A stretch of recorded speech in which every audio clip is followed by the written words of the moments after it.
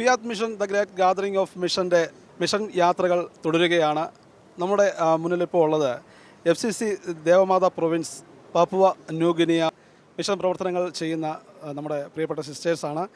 നമുക്ക് അവരോട് ചോദിച്ച് മനസ്സിലാക്കാം എങ്ങനെയാണ് അവിടുത്തെ മിഷൻ പ്രവർത്തനങ്ങളെക്കുറിച്ചല്ല.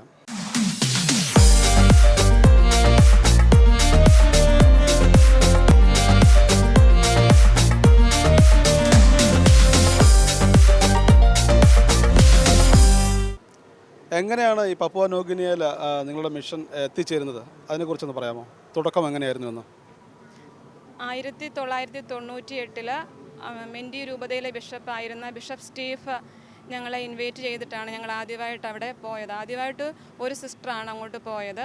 അപ്പോൾ അവിടുത്തെ താരി സെക്കൻഡറി എന്ന് പറഞ്ഞ അവിടെ ഡയസിസിലെ ഒരു സെക്കൻഡറി സ്കൂളിൽ പഠിപ്പിക്കാൻ വേണ്ടിയിട്ടാണ് ഞങ്ങൾ ആദ്യമായിട്ട് ഇവിടുന്ന് അങ്ങോട്ട് ക്ഷണിച്ചത്. അങ്ങനെയാണ് ഞങ്ങൾ ആദ്യമായിട്ട് അവിടെ മിഷൻ പ്രവർത്തനം തുടങ്ങുന്നത് 1998. ഇപ്പം 25 വർഷമായി. 25 വർഷമാകുമ്പോഴേക്കും ഞങ്ങൾക്ക് അവിടുത്തെ തന്നെ ലോക്കൽ 4 സിസ്റ്റേഴ്സിന് 4 ദേവുളികൾ ലഭിച്ചു. 4 സിസ്റ്റേഴ്സ് അവിടുത്തുകാരൻ ഞങ്ങളുടെ കൂടെ ഉണ്ട്. അതിനെ തുടർന്ന് പിന്നെ ബിഷപ്പ് അവിടെ ഞങ്ങളുടെ പ്രവർത്തനം കണ്ടിട്ട് പാസ്റ്റർ വർക്കിന് വേണ്ടിയിട്ട് പാരീഷിലൊക്കെ വർക്ക് ചെയ്യാൻ വേണ്ടിയിട്ട് കൂടുതൽ സിസ്റ്റേഴ്സിന് ആവശ്യപ്പെട്ടു. അങ്ങനെയാണ് കൂടുതൽ സിസ്റ്റേഴ്സ് അങ്ങോട്ട് പോയത്. ഇപ്പം ഞങ്ങൾക്ക് അവിടെ 5 കോൺവെൻ്റ് ഉണ്ട്, 16 സിസ്റ്റേഴ്സും ഫോർമേഷനിൽ 3 കുട്ടികളും ഉണ്ട്. ഈ പപ്പുവ ന്യൂഗിനിയയിലെ ആളുകൾ എങ്ങനെയാണ്? അവരുടെ കൾച്ചർ എങ്ങനെയാണ്? നമ്മളോടുള്ള സമീപനമൊക്കെ എങ്ങനെയായിരുന്നു? ഗോത്രവർഗ്ഗക്കാരാണ് അവിടെ ഉള്ളവർ. അപ്പം അവർ തമ്മിൽ മിക്കവാറും സമയങ്ങളിലൊക്കെ ഫൈറ്റുകൾ ഉണ്ടാകാറുണ്ട്. അവർ തമ്മിൽ ഫൈറ്റുകൾ ഉണ്ടെങ്കിലും ഇപ്പോൾ നമ്മളോടവർക്ക് നല്ല സമീപനമാണ്. റോഡിലാണെങ്കിലും ഇപ്പോൾ ഒരുപക്ഷെ ഫൈറ്റ് നടന്നുകൊണ്ടിരിക്കുമ്പോൾ പോലും മിഷൻ്റെ വാഹനങ്ങൾ പോവുക, നമ്മൾ അതിൽ സഞ്ചരിക്കുകയൊക്കെ ചെയ്യുമ്പോൾ അവർ നമ്മളോട് റെസ്പെക്റ്റാണ്. അവർ മാറി നിന്ന് നമുക്ക് പോകാനുള്ള അവസരങ്ങളൊക്കെ ഒരുക്കി തരും. യുദ്ധങ്ങൾ എപ്പോഴും ഉണ്ടാകുന്നുണ്ടെങ്കിലും അത് നമ്മളെ ബാധിക്കുന്നില്ല. പക്ഷേ നമ്മുടെ ആളുകളെ അത് ബാധിക്കുമ്പോൾ അത് നമുക്ക് ഒരു ഭയങ്കര ഷോക്കാണ്. അങ്ങനെ നമുക്കതൊരു വിഷമമായിട്ട് തീരാറുണ്ട്. നിങ്ങളുടെ സഭയുടെ തന്നെ ഒരു വലിയൊരു സമ്പാദ്യം എന്ന് തന്നെ പറയാം. കേരള സഭയ്ക്കും ലോകസഭയ്ക്കും ഒക്കെ വലിയൊരു ഭാഗ്യമാണ് വാഴ്ത്തപ്പെട്ട സിസ്റ്റർ റാണി മരിയ. അപ്പോൾ സിസ്റ്ററുടെ ജീവിതം എത്രത്തോളം നിങ്ങളുടെ മിഷൻ പ്രവർത്തനങ്ങളിൽ പ്രചോദനമായിട്ടുണ്ട്? റാണി മരിയാമ്മ ഇൻഡോറിൽ പോയി അവിടെയുള്ള പാവപ്പെട്ടവർക്കും പാർശ്വവൽക്കരിക്കപ്പെട്ടവർക്കും വേണ്ടി ശുശ്രൂഷ ചെയ്തു. അതുപോലെ തന്നെ ഇവരും ഒന്നും അറിയാൻ മേലാത്ത, ദൈവത്തെക്കുറിച്ചൊന്നും അറിയാൻ മേലാത്ത ഇവർ കാട്ടിൽ ജീവിക്കുന്നവർക്ക് വേണ്ടി ഇവർ അവിടെ പോയി പ്രവർത്തിക്കുന്നു. അവർക്ക് ഈശോയെ പകർന്നു കൊടുക്കുന്നു, ഈശോയിലേക്ക് എല്ലാവരെയും എത്തിക്കുന്നു. അപ്പം റാണി മരിയയുടെ അതേ തീക്ഷ്ണതയോടെ സ്വന്തം വീടും സാഹചര്യങ്ങളും എല്ലാം ഉപേക്ഷിച്ച് ഇവർക്ക് വേണ്ടി പൂർണ്ണമായിട്ടും ഞങ്ങളവിടെ പോയി വിധേയപ്പെട്ട് അവർക്ക് വേണ്ടി ജീവിക്കുകയാണ്.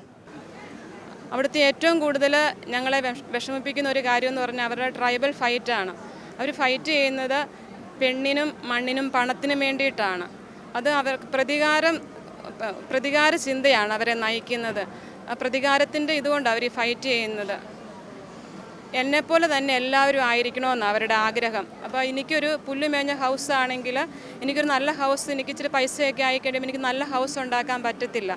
ഉടനെ ആ ഹൗസ് അവർ കത്തിക്കാൻ വേണ്ടിയിട്ട് അവരെന്തെങ്കിലും പ്രശ്നം ഉണ്ടാക്കി ഫൈറ്റായി അടുത്തത് അവരുടെ ആ ഹൗസ് അവർ കത്തിച്ചിരിക്കും. അപ്പോൾ അവർക്കിങ്ങനെ എല്ലാവരും ഒരുപോലെ ആയിരിക്കണം, ആരും ഉയർന്നു പോകരുത്, അങ്ങനെ ഒരു ചിന്തയാണ്. അത് ഒരാളെ കൊന്നു കഴിഞ്ഞാൽ ചിലപ്പോൾ അത് 100 വർഷം കഴിയുമ്പോഴും അവരുടെ പ്രതികാര മനോഭാവം ഉള്ളിൽ കിടക്കുക. 100 വർഷം കഴിഞ്ഞാലും അവർ ആ പ്രതികാരം ചെയ്തിരിക്കും. പണ്ട് നേരത്തെ പോയ സിസ്റ്റേഴ്സൊക്കെ പറഞ്ഞു കേട്ടിട്ടുണ്ട്, അവരൊരിക്കലും സ്ത്രീകളെയും കുട്ടികളെയും കൊല്ലത്തില്ലായിരുന്നു. ഇപ്പോൾ അവർക്ക് സ്ത്രീകളും കുട്ടികളും അങ്ങനെയൊന്നുമില്ല. ആരെ വേണം, സ്കൂളിൽ പഠിച്ചിട്ട് തിരിച്ചു പോകുന്ന കുട്ടികളെ വേണേലും അവർ കൊല്ലും, സ്ത്രീകളെയും കൊല്ലും. ഭയങ്കര ഭീകരമായ അന്തരീക്ഷമായി ഫൈറ്റിൻ്റെ സമയത്ത് അവിടെ ഉണ്ടാകുന്നത്. അപ്പം ഞങ്ങളെ അത് ബാധിക്കുന്നില്ലെങ്കിലും പക്ഷെ ഞങ്ങളുമായിട്ട് ബന്ധപ്പെട്ടവരും ഞങ്ങളുടെ സിസ്റ്റേഴ്സ് പഠിപ്പിക്കുന്ന കുട്ടികളെയൊക്കെയാണ് അവർ കൊല്ലുന്നത്. അപ്പം ഞങ്ങൾക്ക് അതൊത്തിരി ഞങ്ങളെ ബാധിക്കുന്നുണ്ട്. ഈ 4 പേര് അവിടുന്ന് ഇപ്പം സിസ്റ്റേഴ്സായിട്ട് വാഗ്ദാനം ചെയ്തെന്ന് പറഞ്ഞു. അപ്പോൾ അവരുടെ ഫോർമേഷനെ കുറിച്ചൊന്ന് പറയാമോ? ആദ്യത്തെ 2 വർഷം ഞങ്ങൾ FCCയുടെ ആ ഫോർമേഷനിലേക്ക് അവരെ കടത്തുന്നില്ല. 2 വർഷം അവർക്ക് അടിസ്ഥാന ഫോർമേഷനാണ് കൊടുക്കുന്നത്. സഭയുടെ കാര്യങ്ങൾ, വിശ്വാസത്തെക്കുറിച്ചും ദൈവിക പുണ്യങ്ങളെക്കുറിച്ചും സന്യാസം എന്താണെന്ന് അവർക്ക് അതിനെക്കുറിച്ചൊന്നും വലിയ ബോധ്യമൊന്നുമില്ല. അവർ ജസ്റ്റ് നമ്മളുടെ സിസ്റ്റേഴ്സിൻ്റെ പ്രവർത്തനങ്ങളും അതൊക്കെ കണ്ട് ജസ്റ്റ് മഠത്തിലേക്ക് എനിക്ക് സിസ്റ്റർ ആകണമെന്ന് പറഞ്ഞ് വരുന്നതേ ഉള്ളൂ. പക്ഷെ നമുക്ക് അവിടുത്തെ എല്ലാവരും അങ്ങനെ ആഗ്രഹിച്ചാൽ നമുക്ക് എല്ലാവരും എടുക്കാൻ പറ്റത്തില്ല. കാരണം വെച്ചാൽ മോറൽ സൈഡ് ഒത്തിരി വീക്കായതുകൊണ്ട് സ്കൂളിൽ പഠിക്കുമ്പം തന്നെ ടീച്ചേഴ്സൊക്കെ അവരെ ഉപയോഗിക്കും, അല്ലെങ്കിൽ അവരുടെ സ്വന്തക്കാരൊക്കെ അവരെ ഉപയോഗിക്കുകയൊക്കെ ചെയ്യും. അപ്പം നമുക്ക് റിലീജിയസ് ലൈഫിലേക്ക് അവരെ നമ്മൾ സ്വാഗതം ചെയ്യുമ്പോൾ നമ്മൾ ഒത്തിരി ഇവിടുത്തെ പോലെയല്ല, അവിടെ ഒത്തിരി കാര്യങ്ങൾ നമ്മൾ ശ്രദ്ധിക്കണം. അപ്പോൾ 2 വർഷത്തോളം ഞങ്ങൾ അതിനെ ഞങ്ങളുടെ കൂടെ നിർത്തി അവരുടെ വീടുകളിലൊക്കെ പോയി അവരെങ്ങനെയുണ്ട്, അവരെ അറിയാവുന്നവരോടൊക്കെ അവരെക്കുറിച്ച് എല്ലാം അന്വേഷിച്ചിട്ടാണ് പിന്നെ ഞങ്ങൾ ഫോർമേഷൻ തുടങ്ങുന്നത്. ഏകദേശം ഒരു 6 വർഷത്തോളം 6 അല്ല 7 വർഷത്തോളം എടുക്കും അവർ സിസ്റ്റർമാരാകാൻ വേണ്ടിയിട്ട്.